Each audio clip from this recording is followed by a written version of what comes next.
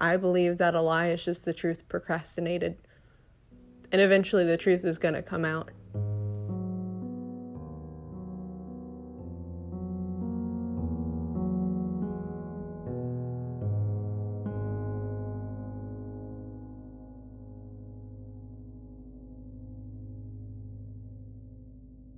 Okay, so during the summer, there was a student government meeting about how FSU handles sexual assault. And my friend spoke out for me, and then Title IX emailed me multiple times saying, like, you said you needed resources, here they are. And I ignored them the first few times, and then they kept emailing me. And then I said I wanted to report, and I think it took like 2 months to even report. And then they finally decided whether or not I got a hearing based on the report that was filed by the reporter, who was following everything that I told her and everything that he told the reporter. And then they were like, okay, the stories basically line up, so they're gonna have a hearing. I literally re-traumatized myself reporting while he still had a girlfriend. And so I was like, what if she's getting assaulted? And it's like, what if they break up and then someone else gets assaulted? Like, at least I wanted it to be on record that that happened to me. So if in the future that happens to another girl, that maybe they're actually believed.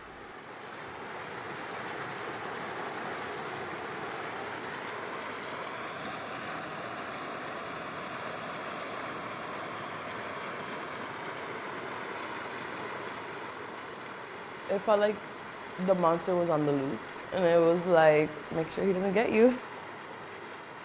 Basically, my life was uprooted a bit when Title IX started because although in their end, I think they thought that they were helping, they would give me like his schedule and tell me which buildings he was at what times and stuff like that, or if, even for graduation, I could check where he was sitting to make sure that I wasn't sitting, but it was always me getting out of the way. So it kind of feels like he's untouchable, even at meetings because we were both care students, so we had monthly meetings, and then there'd be times where he'd be at a meeting that I had to be at, and, elephant in the room, everyone knows what happened. And I'm there having a panic attack, I'm crying, I'm all these things. And it's like, well, okay, you're excused from the meeting. And then he continues the meeting. He continues his life as normal. And I was walking to another class, and when I saw that he was found not guilty, I froze in the middle of the street and broke down crying. They had the results, I don't know for how long, but I called them and they said, we don't want to give you your results until you finish your exams. And they didn't tell me that they had the results of my hearing and what happened until I finished all my exams, even though I said, like, it's going to make me do worse on my exam if I don't know the result. And they said that he wasn't found responsible for anything because both stories are very, like, reliable. Like, he could believe either one, even though he said, my assaulter said during the hearing, I didn't have consent to what I did. So then they kind of just send out an email with the results, which also feels insensitive. Like, it's kind of like test results, like you didn't pass the hearing or whatever, and then silence, and you have to like continue on with life after that. I asked him, do you have any idea what you did to me? We've been friends for years. It feels so strange to think that the only pain he might carry from that situation is the moment where he looked me in the eye and apologized.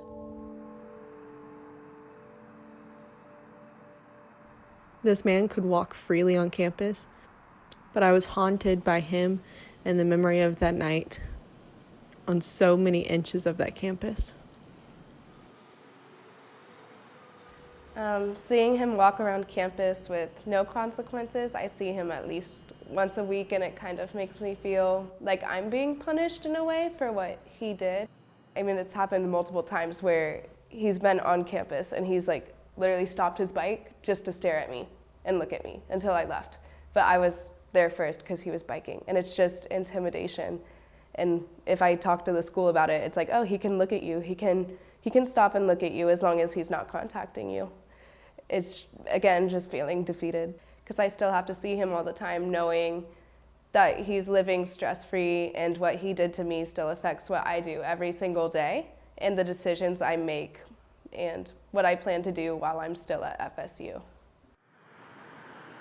I had to change my schedule, make sure we were also in the same college, so everything I constantly had to be avoid. If he was in the bus, if he was at Market Wednesday, if there was club organizations after school, I would like DM the Instagram accounts and be like, hey, do you know if he's coming? And they'd be like, yeah, and then I could not show up. Almost every student organization here is promoting, do what's right, be the change maker, stand up for what you believe in, and it felt so hypocritical that that's what they're saying, that's on their bio, that's what they're chanting, and then here I am, this person harmed me, each individually we have power, So if someone would have been at that student organization where he was at and stood up for me and be like, she shouldn't be the one that has to leave, that could have made a huge difference.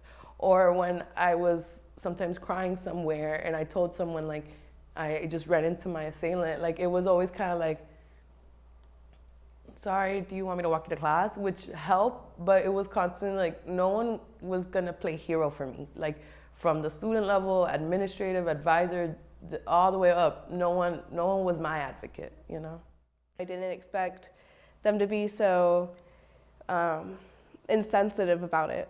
I didn't expect them to be so cold about it and just look at me, and there were meetings where I was literally sobbing and having breakdowns, and they would still keep asking me questions. They wouldn't ask, do you want to pause or anything? I would just have tears running down my face, and I'd be dissociating, and they would be like, okay, can you answer the question? There's a million things they could have done. Starting with sensitivity training to people who you do open up about these things, that coldness that I experienced from administrator, that's what carries on. That's what haunts me. It's kind of hey, I've been hurt, please help me. And they're like, we have other things to do.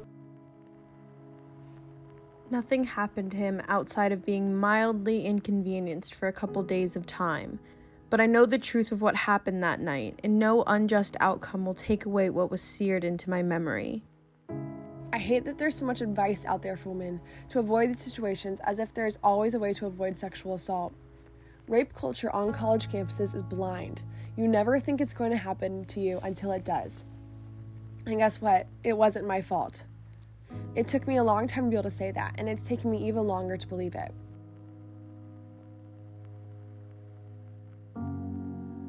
I think my theory is that things start at home, and then we put all these kids together, and then especially spaces of hypermasculinity, they seldom breed compassion. So these priorities that we have to validate what's masculine, to show that we're powerful, to get what you want no matter how hard you have to work for it. All these kind of little messages that kind of revolve around disregarding consent. And they're so present on our college campuses, and I'm we're, a whole country basically in here full of educated people. We're full of scholars, people who are constantly doing research. So why are we not more individually taking a moment to stop and be yo, so much violence is going on here. What's my part in it? Because we've done that with other things. When we look at different movements like Black Lives Matters, LGBT, there's a moment where people are okay, what's my privilege and what am I contribute to it? And people are addressing that. I don't think we've gotten to that point when it comes to violence, especially in gender-based violence.